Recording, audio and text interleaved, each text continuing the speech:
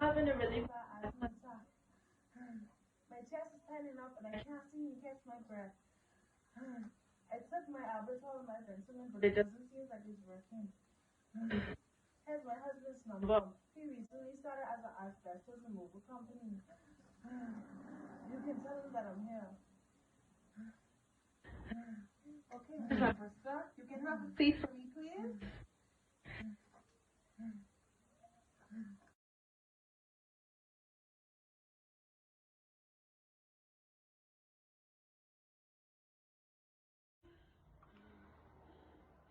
Hi, Mrs. Brewster. I'm Nurse Carrie, and I'll be assisting you today, okay?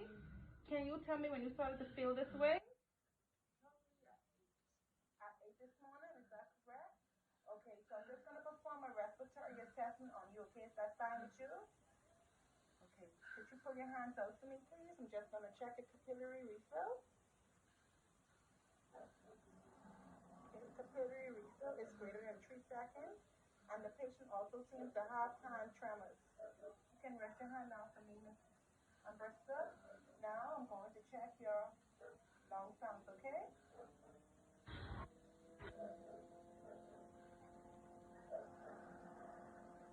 Just breathe in for me. Out, in, out, in, out, in, out, out, out. Now, Ms. Brewster, I'm going to check your O2 side, okay? I'm just going to check your oxygen.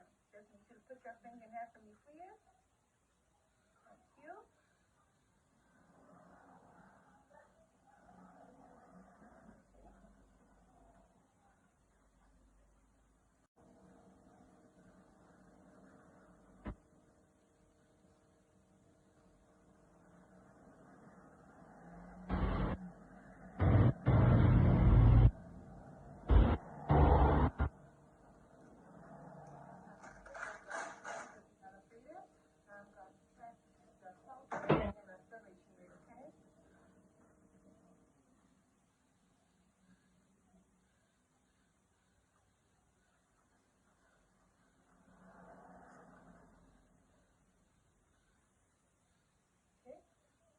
Now, I just need you to turn your head to the side so I can check the use of the accessory muscle.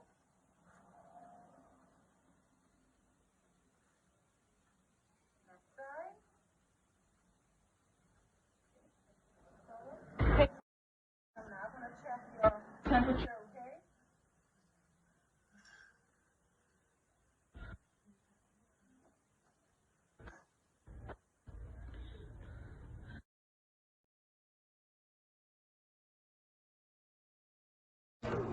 Bronchial asthma is a chronic inflammatory airway disease caused by the association of mast cells, eosinophils, and T lymphocytes. Mast cells are allergy-causing cells that release histamine. Histamine causes nasal stuffiness and dripping in the cold or hay fever, constriction of airways, and itchy areas in the skin allergy. Eosinophils are a type of white blood cell associated with allergic disease, and T lymphocytes are also white blood cells associated with allergy and inflammation. Ts cells, along with other inflammatory cells, are involved in the development of airway inflammation and asthma that contributes to airway hyperresponsiveness, airflow limitation, respiratory symptoms, and chronic disease. Because of the inflammation, airway hyperresponsiveness occurs due to specific triggers such as smoking, exercise, air pollution, and infections. Clinical manifestations of bronchial asthma includes, but are not limited to, shortness of breath, tightness of chest, wheezing, and excessive coughing. Risk factors of bronchial asthma include having a parent with asthma, having a severe respiratory infection as a child, having an allergic condition, or being exposed to certain chemicals or irritants, or industrial dust in your environment. To treat and prevent asthma attacks, your healthcare provider will prescribe asthma medication, which might include inhalers and antibiotics, as well as lifestyle adjustments. Long-acting anti-inflammatory asthma inhalers used with corticosteroids are frequently required to address the inflammation associated with asthma. If used correctly, these inhalers deliver low amounts of steroids to help lungs with minimum side effects. During an asthma attack, the fast-acting or rescue bronchodilator inhaler acts quickly to open airways. Short-acting bronchodilators such as albuterol are also used to help open the airway to provide short-term relief. Treatment can also involve avoiding asthma triggers and washing your hands frequently to. Before the nurse can properly care for her patient, a plan of action must be put in place in order to provide the continuity of optimum care. This information has to be communicated by the patient, observed and collected by the nurse. This action is called assessment of subjective and objective data. Based on the data collected, the nurse then formulates her diagnosis, plans her goals, interventions, and reasoning to implementing care.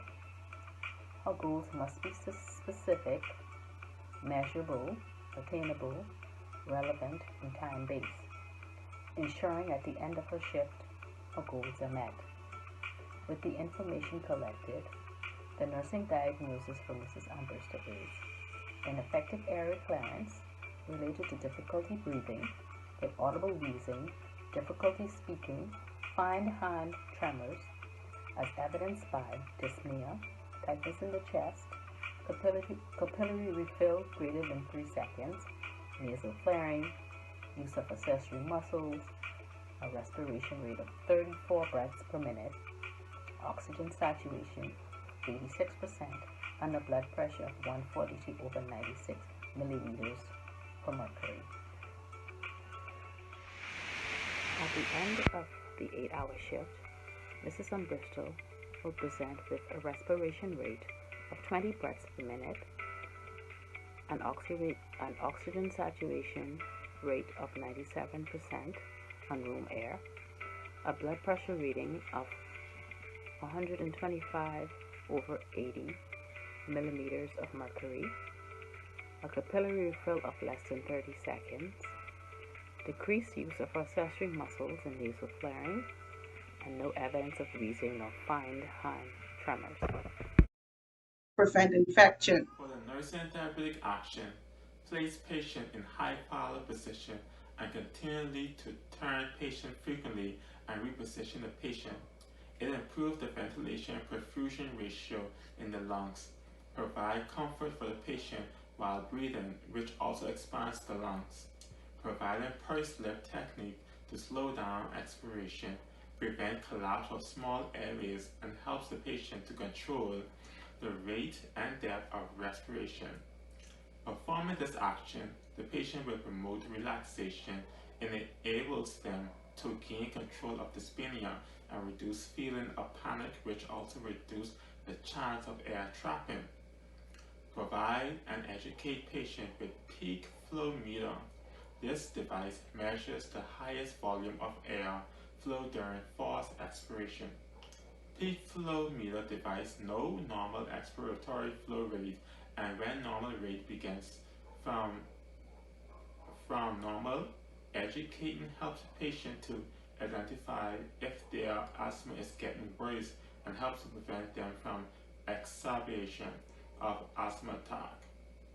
At the end of the 8-hour shift, Mistress Ambrister will present a respiration rate of 20 beats per minute, oxygen saturation of 97%, blood pressure of 125/80 millimeter of mercury, of rate of pulse rate of 70 beats per minute, ion capillary refill less than 3 seconds, and decreased use of accessory muscles.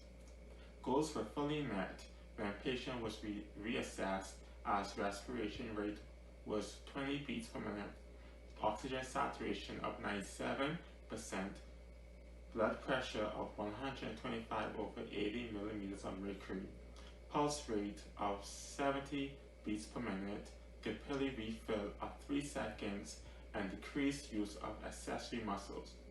Mrs. Ambrister has no evidence of wheezing and fine hand tremors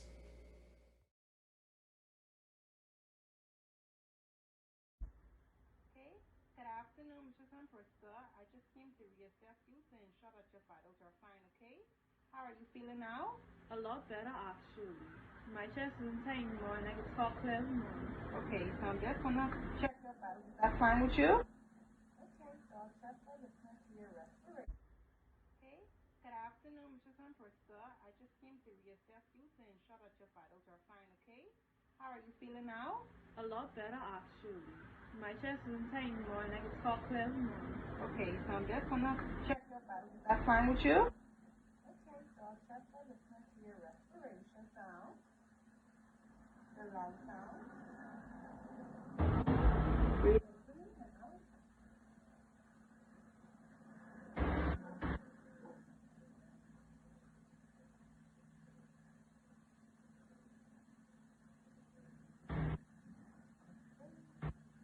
Sound time.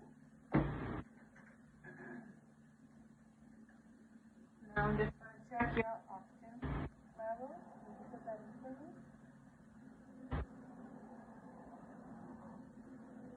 Okay, great. Now I'm going to check your pulse and your respiration rate.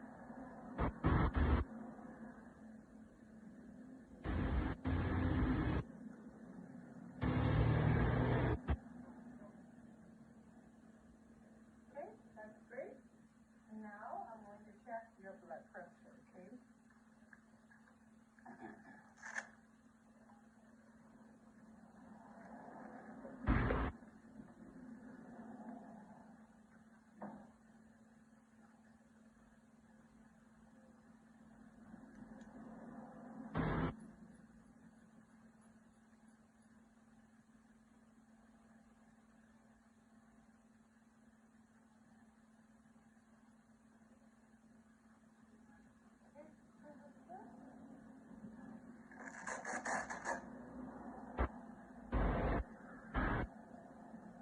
Hold your hands up for me to check your capillary refill and your hand tremors.